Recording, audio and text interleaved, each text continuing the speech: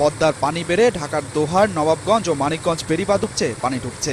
এতে নবাবগঞ্জের কয়েকটি নিচু এলাকা প্লাবিত হয়েছে। পানি উন্নয়ন বোর্ডের আশঙ্কা, বাঁধটি পুরোপুরি ভেঙে গেলে প্লাবিত হবে ঢাকা শহর। যদি এই বাঁধ কোনো রকম ভাঙে টেঙে যায় তাহলে পরে আমাদের এলাকার বিরাট ক্ষতি হবে। পানি আমরা পাইতাম না, রাস্তাটা আমাকে কমের পক্ষে ডাউন আছে, ডাউনের নিকে আজকে আমাকে অবস্থাটাই।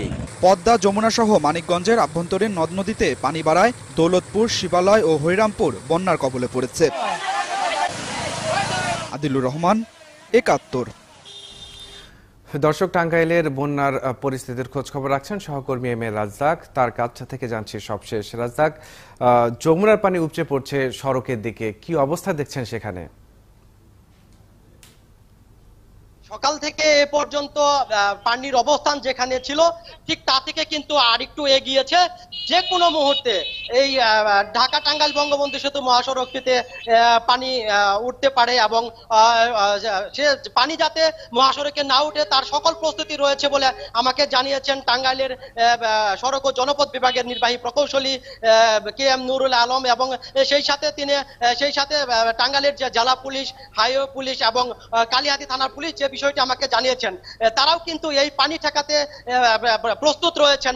যে কোনো মূল্যেই হোক এলাঙ্গা বাস স্ট্যান্ডের যে পানি রয়েছে সে পানি যাতে মহাসড়কে না উঠে সে ব্যাপারে তারা সকল প্রস্তুতি হাতে নিয়েছেন। ইতিমধ্যেই আপনাকে আমি মাহাদি একটি বিষয় দেখাতে পারি যে ইতিমধ্যেই কিন্তু মহাসড়কের পক্ষ থেকে বাঁধ সৃষ্টি করা হয়েছে এবং এই বাঁধের কারণে যাতে এখানে কোনো প্রকার যাতে পানি মহাসড়কে যাতে উঠতে না পারে সে ব্যাপারেও কিন্তু এখানে ব্যবস্থা নেওয়া হয়েছে। সেই ব্যাপারে আমার কথা হয়েছে টাঙ্গাইলের যিনি জেলা প্রশাসক খান মোহাম্মদ নুরুল আমিন, তিনি যে বিষয়টি আমাকে জানিয়েছেন যে তাদের সকল প্রস্তুতি রয়েছে যাতে তাদের প্রস্তুতির কথা আপনি জেনেছেন। তো মহাসড়কে এই ঘটনার কারণে যাতায়াতের ক্ষেত্রে কোনো সমস্যা হচ্ছে কিনা?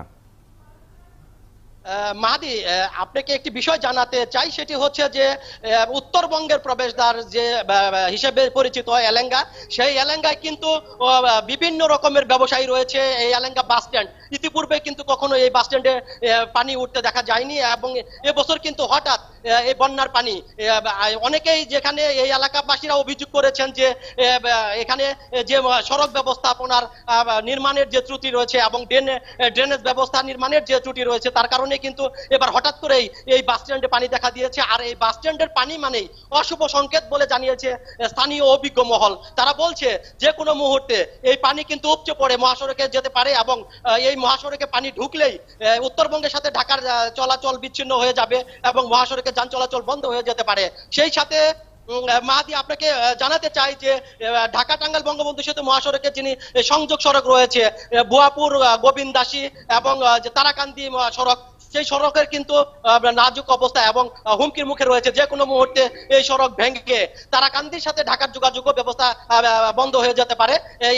এই ব্যাপারে কিন্তু আমার কথা হয়েছে টাঙ্গাইল পানি উন্নয়ন বোর্ডের নির্বাহী প্রকৌশলী মোহাম্মদ শাহজাহান সিরাজ। তিনি যে বিষয়টি আমাকে জানিয়েছেন যে তাদের সকল ব্যবস্থা নেওয়া হয়েছে এবং এই বিষয় নিয়ে টাঙ্গাইলের জেলা প্রশাসকও আমাকে জানিয়েছেন যে এই ভাঙ্গন যাতে রোধ করা যায় এবং যাতে পানি উত্তরাঞ্চলে না গড়িয়ে যায় সে কারণে কিন্তু তারা কাজ করে যাচ্ছেন। এবং ইতিমধ্যে স্থানীয়দের চাহিদা মোতাবেক আর্মিদের যে ইঞ্জিনিয়ারিং কোর রয়েছে তাদের সাথে যোগাযোগ করা হচ্ছে ইতিমধ্যে।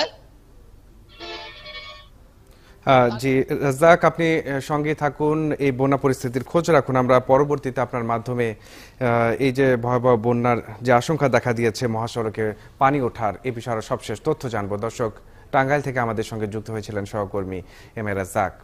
এদিকে কুড়িগ্রামের নুন খাওয়া পয়েন্ট ছাড়া বাকি 5 পয়েন্টের পানি বিপদসীমার উপর দিয়ে বইলেও সার্বিক বন্যা পরিস্থিতির উন্নতি হয়েছে বলে জানিয়েছে বন্যা পূর্বাভাস ও সতর্কীকরণ কেন্দ্র। এছাড়া আগামী ৩-৪ দিনে ঢাকায় বন্যার শঙ্কা নেই বলে জানিয়েছেন প্রতিষ্ঠানটির নির্বাহী প্রকৌশলী সাজ্জাদ হোসেন। ঢাকার পানির বৃদ্ধির হারটা কিন্তু রিলেটিভলি অনেক কম। যদি আপনি গত 24 ঘন্টার যদি ঢাকার আশেপাশে নদীগুলো দেখেন সেখানে গড়ে 5 থেকে 10 সেন্টিমিটার হারে বৃদ্ধি পেয়েছে। তো বৃদ্ধির এই ধারাটা অব্যাহত থাকলে আগামী 3 থেকে 4 দিনে বিপদসীমা অতিক্রম করার কোনো সম্ভাবনা নাই। সার্বিকভাবে যারা দেখতে পাচ্ছে আমাদের পূর্বাভাসে পানি বৃদ্ধির হার অনেকটাই কমে আসছে এবং দেশের সিলেট এলাকার যে সুরমা কুশিয়ারা সেখানকার পানিও কমা অব্যাহত আছে। এদিকে কুড়িগ্রামের 16টি নদ নদীর পানি নামতে শুরু করেছে, তবে ধেয়ে আসা বানের পানি যে তাণ্ডব এলাকাবাসী দেখেছে তা ইতিহাসে বিরল। পানির তোরে ভেঙেছে রাস্তা, ধসে গেছে বাঁধ, যাতে মুহূর্তেই আশ্রয়হীন হয়েছে জেলার 9টি উপজেলার 1,22,000 পরিবার। পানি নামার সঙ্গে সঙ্গে নানা রকম সংকটে পড়তে শুরু করেছে জেলার মানুষ। কুড়িগ্রাম থেকে রাজু মুস্তাফিজকে সঙ্গে নিয়ে মাহমুদুল হাসানের ছবিতে হোসেন সোহেলের প্রতিবেদন। পানির তোরে রাস্তা উজাড় হবার এমন দৃশ্য কুড়িগ্রামের মাধবগ্রামের মানুষের কাছে এক বিরল ঘটনা। আর এই দৃশ্য দেখতে প্রতিদিন ভাঙা রাস্তার পারে ভিড় জমাচ্ছেন শত শত মানুষ।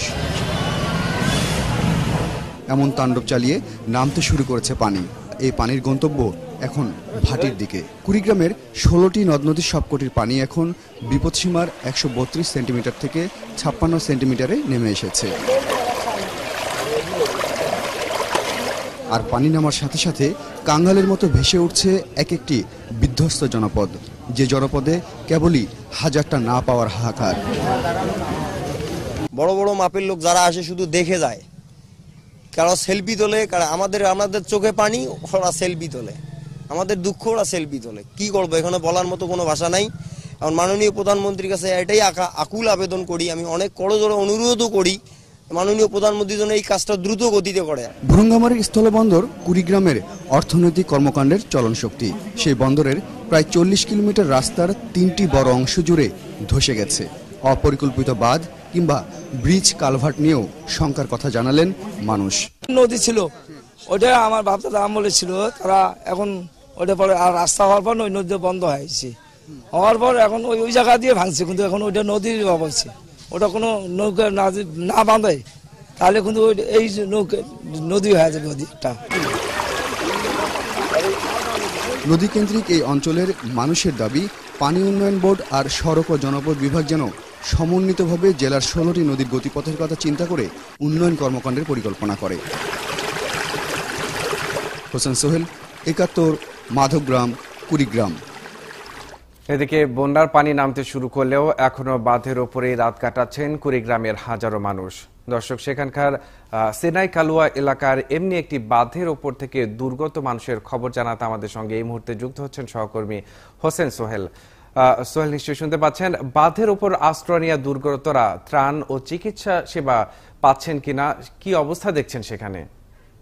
হ্যাঁ মাহাদি, আমি এখন সিনাই কালুয়া থেকে পাশের আরেকটি গ্রাম, সেটা হলো সাত কালুয়াতে অবস্থান করছি, যেটি হলো আসলে একটি বিচ্ছিন্ন দ্বীপাঞ্চল। এবং এই দ্বীপাঞ্চলে 13 এবং 14 আগস্টে একেবারে বন্যার পানিতে ভেসে গেছে এই গ্রামগুলো, এবং সেই গ্রাম এখন জেগে উঠেছে।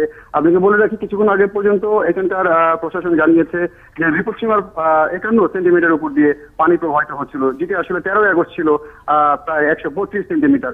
এবং সেটাই নেমে যাওয়ার পরে এখানকার মানুষও তাদের বাসস্থানে ফিরতে আরম্ভ করেছে, কিন্তু তাদের বাসস্থানের অবস্থাটা এতটাই খারাপ অবস্থায় যে তারা এখনো পর্যন্ত মাথা গোঁজার ঠাঁই এখনো নিতে পারেনি। তবে আমি এমন একটা জায়গায় বা এমন একটা পরিবারে এসেছি যে পরিবারের কাছে এখানকার স্থানীয় প্রশাসনের কেউই এখনো পর্যন্ত আসেননি বা তাদের কাছে একবার জিজ্ঞাসা করেননি যে তারা কেমন আছেন।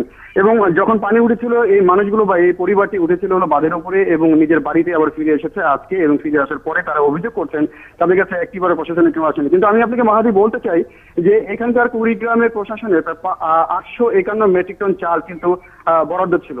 আপনি জানেন যে 2,22,000 পরিবার এখানে ক্ষতিগ্রস্ত হয়েছে।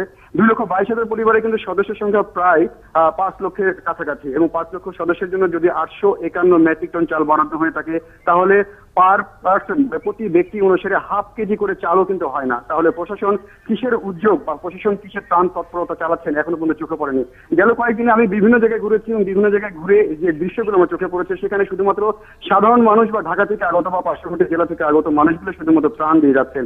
এই দৃশ্য অর্থাৎ সেখানে সরকারিভাবে যে ত্রাণ তৎপরতা কিংবা সাহায্য সেবা পরিচালনা করা দরকার সেটা অপ্রতুল বলছেন আপনি। আপনি সঙ্গে থাকুন, নিশ্চয়ই আমরা পরবর্তীতে আপনার মাধ্যমে এই বিষয়ে আরো বিস্তারিত তথ্য জানবো। দর্শক, কুড়িগ্রামে দুর্গত মানুষের খবর জানাচ্ছিলেন সহকর্মী হোসেন সোহেল।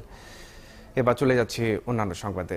জাতীয় নির্বাচনের ফলাফল অনলাইনে প্রকাশ করতে নির্বাচন কমিশনকে পরামর্শ দিয়েছেন গণমাধ্যম প্রতিনিধিরা।